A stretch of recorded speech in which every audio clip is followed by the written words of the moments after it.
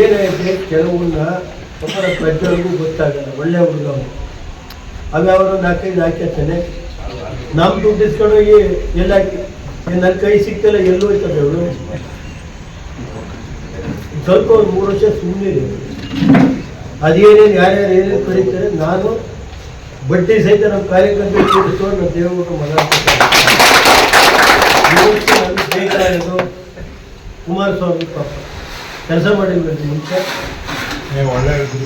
ಯಾರಿಗೆ ತೊಂದರೆ ಕೊಟ್ಟವ್ರಿ ಅವರು. ಈಗ ಯಾರು ಇನ್ಯಾರು ಬೇರೆ ಸಭಾ ಕೇಳಿಸಿದ್ರೆ ಅವು ಬೇಕಾದ್ರೆ ಮಾತಾಡೋ